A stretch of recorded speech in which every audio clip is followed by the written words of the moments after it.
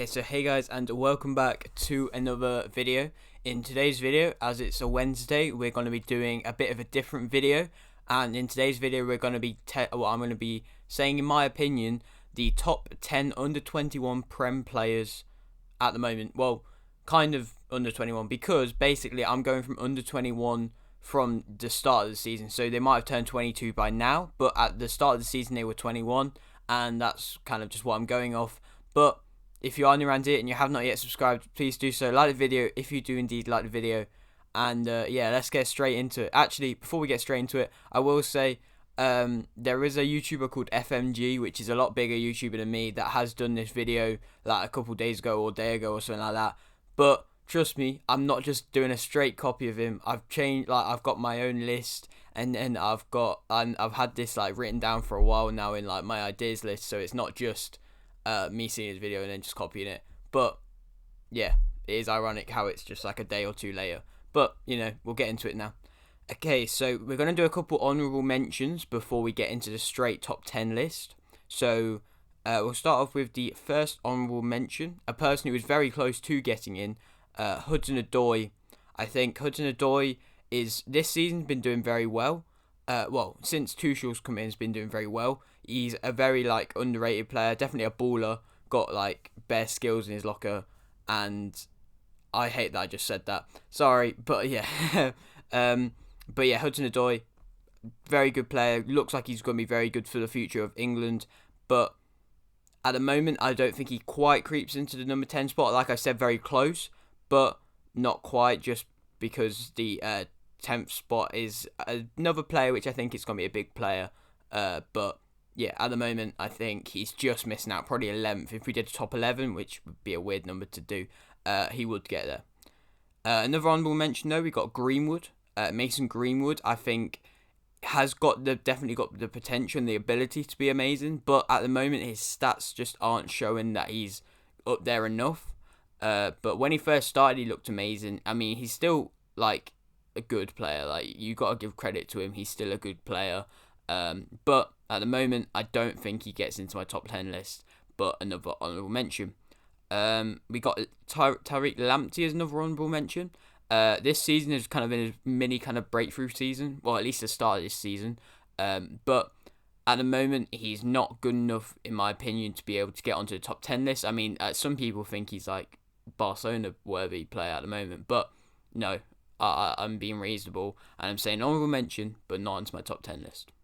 Another one, Meslier, however you say it. Very good keeper for Leeds, but just is kind of letting in a bit too many goals at the moment. I know the defence isn't the best kind of defensively, but I mean, at the moment, I don't think he's proven enough to be on the top 10 list, but I would say probably the best under 21 goalkeeper at the moment. So that's still a big thing to be saying. And then the last honourable mention, we got Dwight McNeil up from Burnley. I think quite underrated. Definitely this season has been doing better than he did last season, but very underrated, very skillful, and I mean, he seems to be doing alright, but like I said, not quite onto my top 10 list. Okay, so that is honourable mentions done. So we'll actually get onto the top 10 now. So 10th position, we've got I don't know if it's a controversial one, but I think the potential he's got is amazing, and that is Tyreek Mitchell, 10th position. And I think, like I said, the potential he's got is amazing. He could be one of the best centre-backs, or I think he's a centre-back, in the world. But at the moment, he hasn't like played enough games. Well, he's played a few. He's played, I think, a decent amount, but not enough for him to be really proven. And I think he'd probably have to leave Crystal Palace for him to be proven to do it at a high level. But at the moment, I think Crystal Palace, for his age, is a good position for him to be at. But at the moment, because he is at Crystal Palace and they do concede quite a lot of goals, I wouldn't be able to put him any higher than that. But 10th position is a good position for him. Moving on to my number 9th spot now, we've got Smith Rowe. I think Smith Rowe is done very well this season after being thrown in at the deep end, because like Arsenal just didn't really have any attacking midfielders, which was a problem because that is a formation that they always play.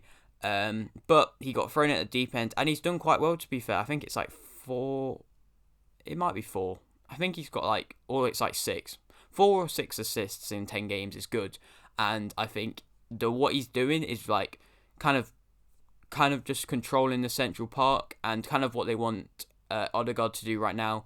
But I think Smith Rowe at the moment is ninth. He could get higher in the future. Well, I guess in the future he won't be on this list because it's under 21. But he has the potential to be a very good attacking midfielder. And saying he got thrown in at the deep end with an Arsenal side that was not doing very well, that was really underachieving, to do what he did, it's been very well. It's been very well, done very well.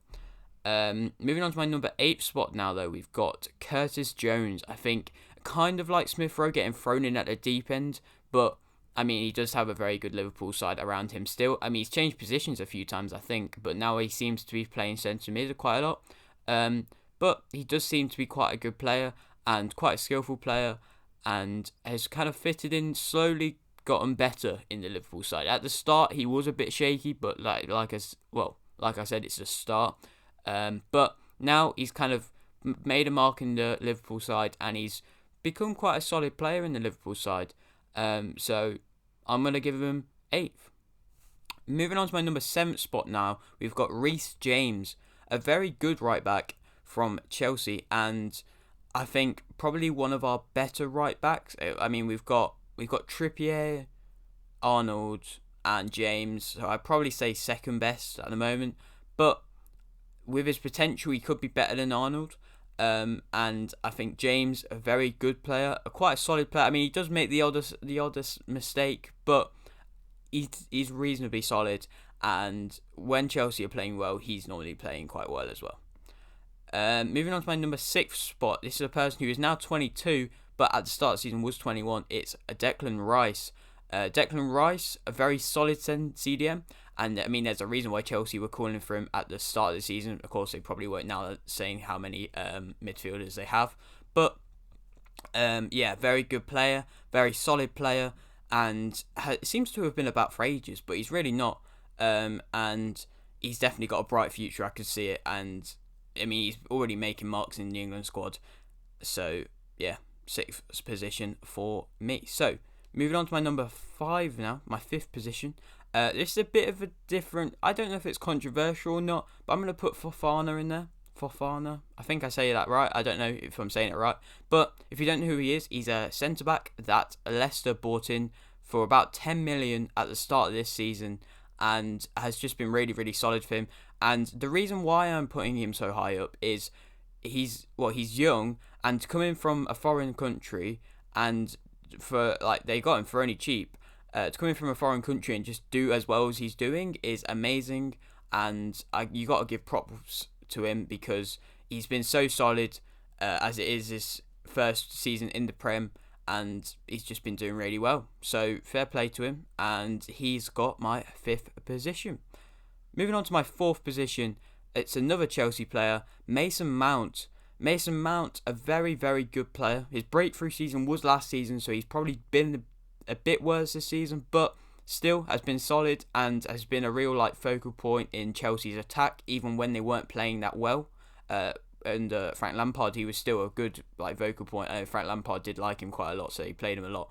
But I think very good player, very solid player, and he's made marks in the squad. Gareth Southgate seems to really like him, and he's probably going to go into big things in the future. I mean, it does mean that there is 3 very good cams for England that Southgate has to choose from, and they're all quite young. So, I mean, it's not a bad decision to be making. It might be a hard one, but not a bad one.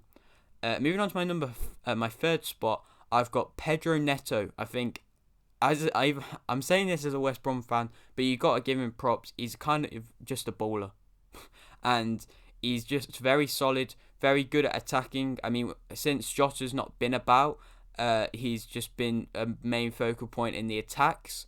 And he's just a very, very good player. I don't really know what else to say because, as I am a West Brom fan, I don't watch him loads. But from what I've seen, very skillful, knows where to find a good pass, and also has a very good shot on him because he does score sometimes. But yeah, 3rd position to me. And I mean, we moved into our top 3 now. Moving on to our 2nd spot. It's between 2, obviously, but it's kind of an obvious 2. And I think it's close between 1st and 2nd, but at the moment I'm going to say Bukayo Saka is my second position, just because at the moment he's an amazing player. Like I think he's the top goal scorer for under 21s this season. But I don't know. Don't quote me on that stat.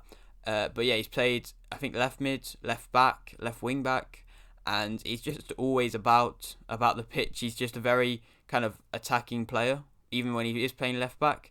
But at the moment, I don't think he's quite as good as the number one spot, but definitely has the potential to be one of the best players in the world. I think he also could, not best player in the world, best left back in the world, but I think he also plays CDM a little bit.